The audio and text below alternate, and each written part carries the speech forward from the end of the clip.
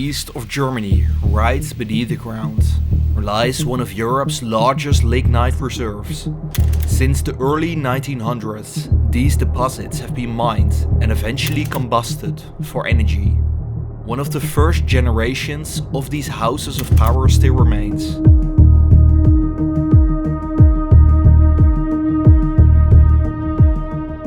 Since 1927, this at the time hyper-modern power plant has generated electricity for the area. After surviving World War II and the era of the Iron Curtain, it was eventually turned into a museum, but today it stands abandoned.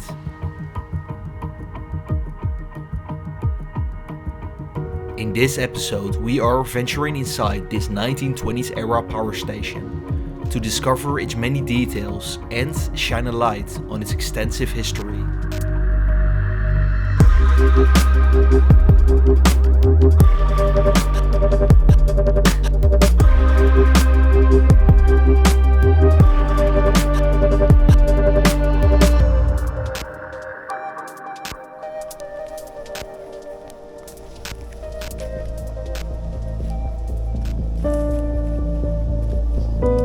We start on the overgrown terrain surrounding the station.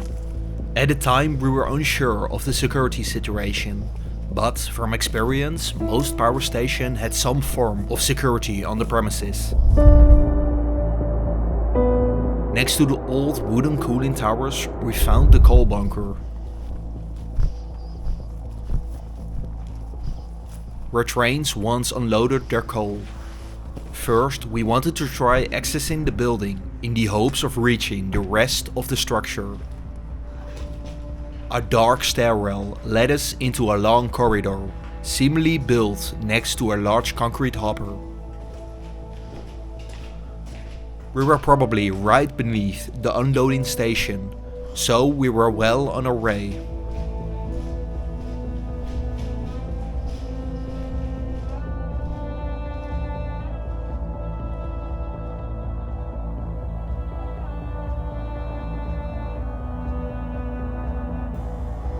A staircase led us to the unloading station.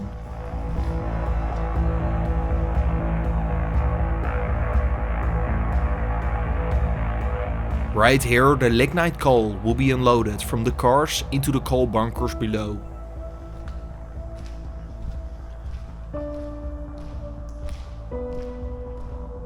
A conveniently placed scale model was located at the end of the unloading deck.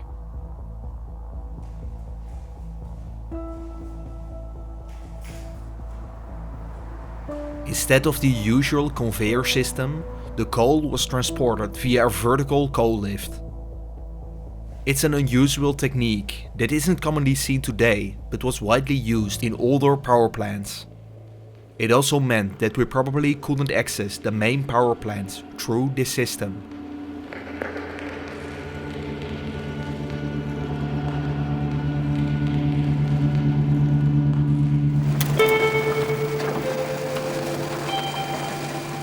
Lignite coal has defined this region for over 100 years, first being explored around the 1800s.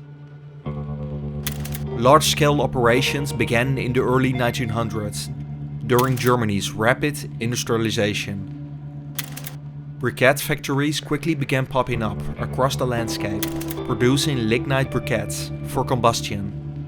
Briquettes are raw lignite ore pressed into a sort of brick. In 1927, this power station was opened as part of the so-called first generation of lignite power stations.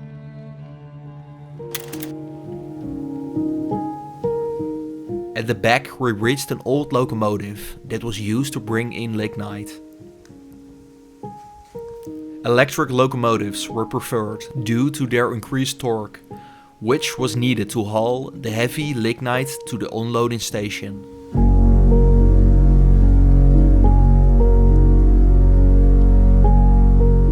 Multiple locomotives once roamed the landscape, but today only this one remains, the last remnant of the old fleet.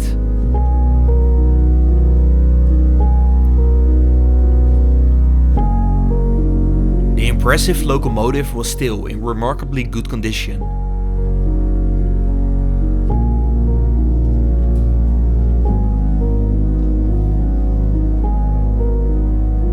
Inside this continued, with multiple dials and levers all intact. The locomotive is from the LEW EL3 series, built by an East German state company for many similar lignite power plants and mines.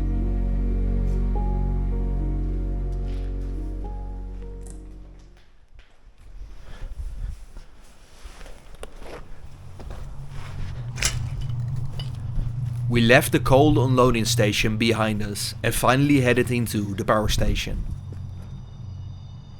We quickly found our way in, or so we thought. Instead, we accessed an already stripped part of the power station. The power station housed 4 blocks, meaning it had 4 turbines. 3 of those were stripped out when the site was converted into a museum, so we had to find a way into the museum section. That seemed to involve a rather sketchy ladder leading into a massive exhaust.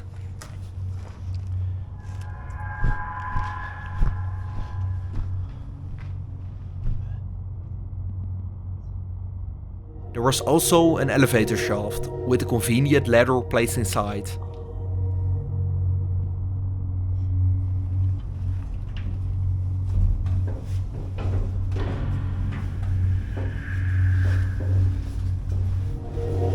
We seem to be inside the museum part right now, where the true highlights of the power plant could be found.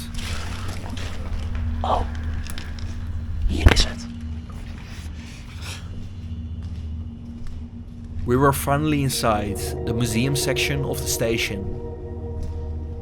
It also seemed to have been used as an event space of some sort, featuring a bar and a kitchen. Before we head over to the turbine floor, let's continue with some history.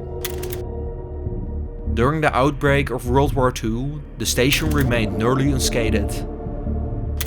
However, due to the post-war reparations, large sections were stripped and shipped to the Soviet Union, making the station inoperable for a time.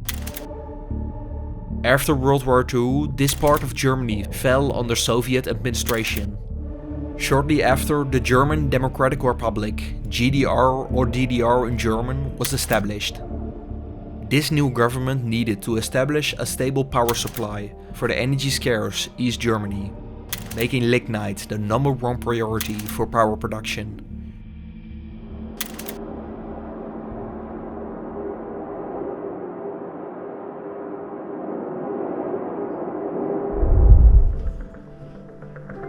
We reached the turbine floor.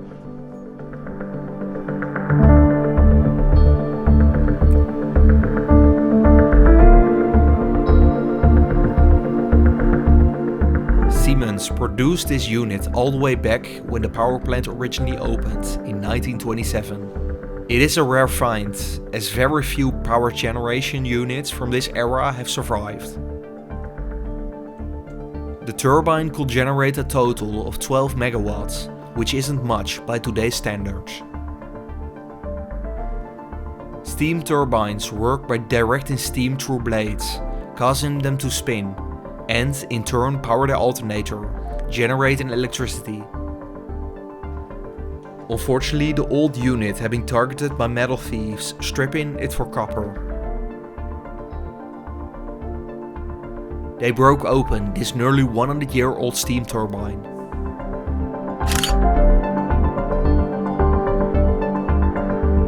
What makes these kinds of units rare is that very few survived World War II or the post-war modernizations, as many were replaced with newer, more efficient models. As mentioned earlier, the station housed 4 turbines, with multiple boilers generating steam. The boilers were our next highlight. Fortunately, they weren't far from the turbine hall. Whereas the turbine hall was clean and organized, The boiler house was aged and chaotic.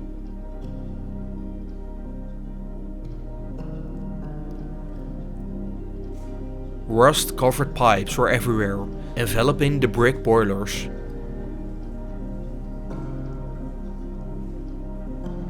It was a true spectacle of industry. It provided a real insight into how power stations looked in the 1920s. Some post-war modernizations seem to have been taken place in 1949, refitting the boiler house, but otherwise it remained largely unchanged.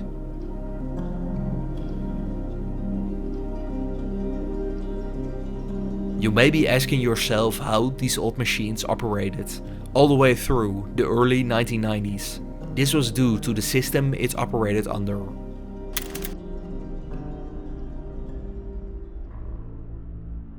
During the DDR era, East Germany had a central plant economy. Although worker stability was ensured and operations faced little challenge, one major aspect was lacking: innovation and modernization. The government did not prioritize updates to existing technology, meaning systems that worked remained unchanged for decades. While the West innovated with newer generations of cleaner power stations equipped with modern filtration systems, the East lagged behind. As a result, the already highly polluting lignite stations continued to run on outdated or even non-existent filters. Some areas of East Germany became the most polluted in Europe, often experiencing thick layers of smog. In 1989, when the Berlin Wall fell, East and West Germany were reunited. A large modernization effort was required to update the outdated infrastructure. The historic power station was shut down in 1991, leaving it in disuse.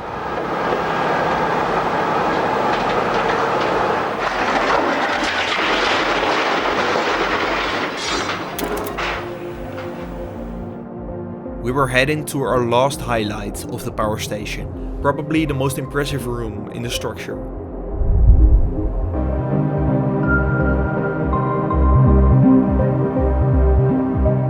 Constructed in 1927, it had survived in immaculate condition. Here, the newest power generating technology of the 1920s was showcased. Often seen as the crown jewel of the station, its state of preservation was incredible, nearly pristine.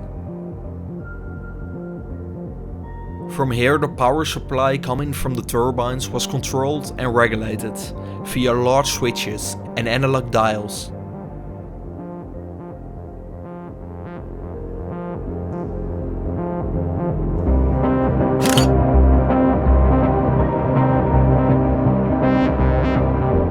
Traces of different eras were visible, but all were integrated without disrupting the 1920s aesthetic. Such 1920s gems are truly the last of their kind. With nearly all similar era power stations already gone. This example has survived due to it being protected as an industrial monument since 1985. In 1998, the site was renovated and reconverted into a museum and event space. This was done successfully, preserving much of the unique 1920s machinery and design. When it opened to the public, it was the oldest remaining lignite power plant in the world.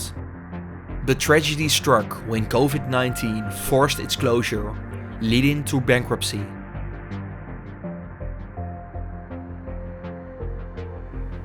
Today, the nearly 100-year-old power station remains abandoned, slowly being vandalized and stripped. Its future is uncertain, but let's hope it is saved and preserved for future generations to enjoy.